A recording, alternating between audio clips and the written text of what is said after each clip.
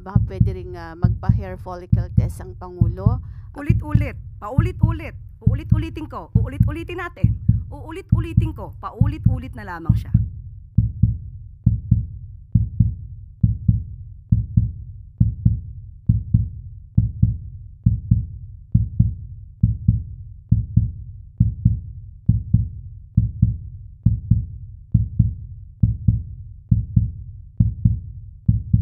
Enzo Recto, kalaban ang katiwalian at kasinungalingan, kakampi sa katotohanan at kabutihan.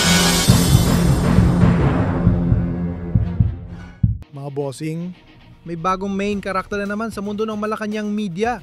At hindi ito fictional character ha. Totoong reporter, totoong palpak at totoong naban.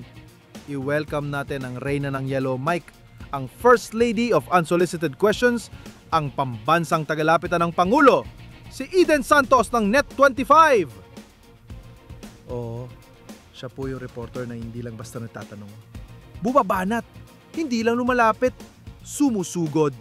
Pero ang ending, hindi eksklusibong scoop, kundi exclusive letter mula sa PCO na nagsasabing, sorry, palitan nyo na yan.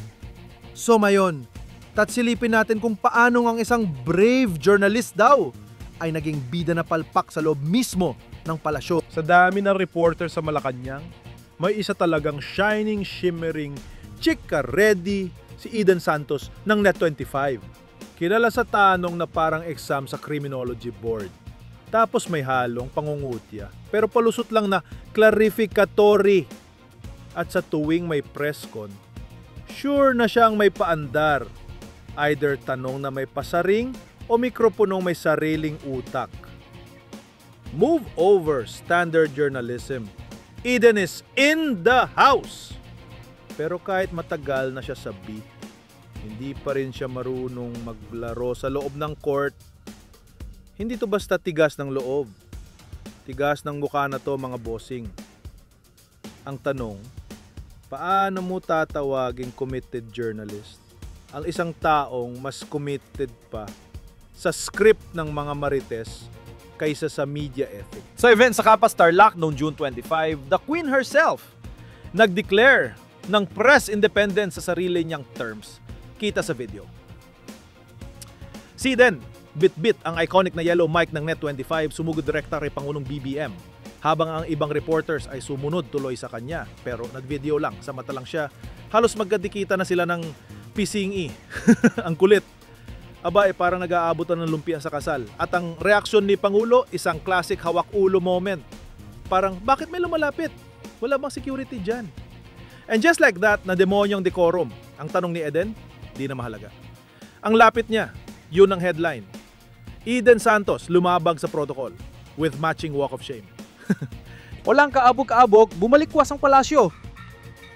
Sa isang formal letter na mas matapang pa sa kape, Isinulat ng PCO. Tanggalin na si Eden. Wala nang paligoy-ligoy. Hindi na raw itong unang beses. Repeat offender, protocol violator, at most of all, microphone warrior sa maling venue. Ang media advisory ay parang signboard lang para sa kanya. For others only. Ang hiling? Palitan na ng Net25 si Eden. Kasi daw, kahit gustuin pa nila irespeto ang zeal ni Eden, mas kailangan irespeto ang personal space ng Pangulo. Kaya nga may media area eh. Hindi to lapagan ng tanong sa likod ng garbage incinerator. Resulta? Si Eden, the Malacanang darling, now turned into Malacanang persona non grata. Bago pa man ang eksena sa Tarlac, marami nang napapaling sa estilo ng tanong ni Eden Santos. Hindi ito yung tanong na naghahanap ng linaw. Ito yung tanong na may sariling verdict. Parang courtroom na siya ang abogado, siya rin ang testigo, at siya na rin ang judge. Sa sobrang investigative, akala mo may search warrant ang Net25 mic niya. Balikan natin yung hair follicle special. Sa gitna ng mga usapin sa inflation, confidential funds, at edukasyon, bigla siyang bumanat ng tanong tungkol sa drug testing ng opisyal na nadawit sa Pulvoron video. Wow! Ganyan ba kabigat ang asukal sa Pulvoron? O baka naman akala ni Eden, ang video ay CCTV footage mula sa buy-bust operation? Kasi sa tanong niyang yon, parang ang next step ay magpa-drug raid na rin sa pantry ng Kongreso. Ang estilo niya, classic DDS interrogation method. Tanong na may halo ng chismis, konting concern, at buong-buong paninindigan na may dapat kayong ipaliwanag. Para bang nagmana siya ng playbook kay Mocha Uson at Harry Roque? Mangungulit, magpapanggap na neutral, pero obvious kung sino ang binabanatan. At kapag napikon ka sa tanong, ikaw pa ang anti-press freedom. Ang linis ng timing, 'di ba? Kung ihahambing mo siya sa isang eksena, para siya nasa school canteen, nagtatago sa likod ng siomai stand, tapos biglang sisigaw ng, "Miss, sino po dito ang nagnanakaw ng baon?" Siya lang naman ang may hawak ng lunchbox ng iba. Ganun ang vibes. Magaling magtanong, pero mas magaling manggulo.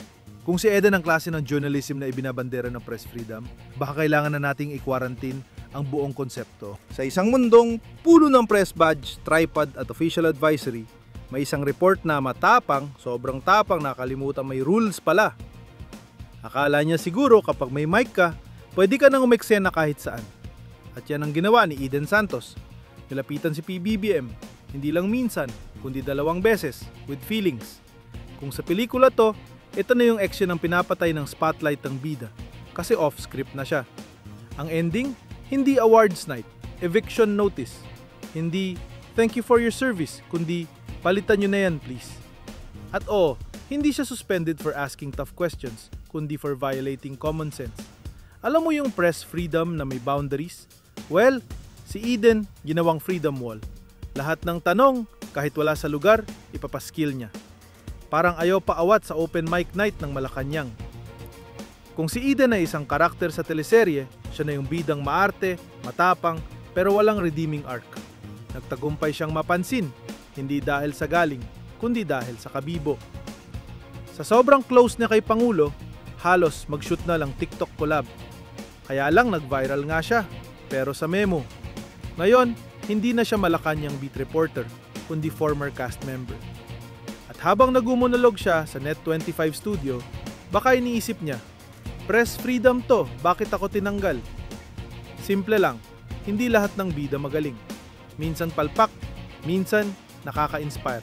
Pero sa kaso ni Eden Santos, nakakahiya. Congratulations, Eden! From frontliner to headline, from reporter to warning label. Bunyog, bunyog, halikan na kasama ka. Bunyog, kapag buklod ay may pag-asa. Luzon, Visayas, Mindanao, isa ang pananaw. Sa bagong Pilipinas ang bunyog isisigaw. Bunyog.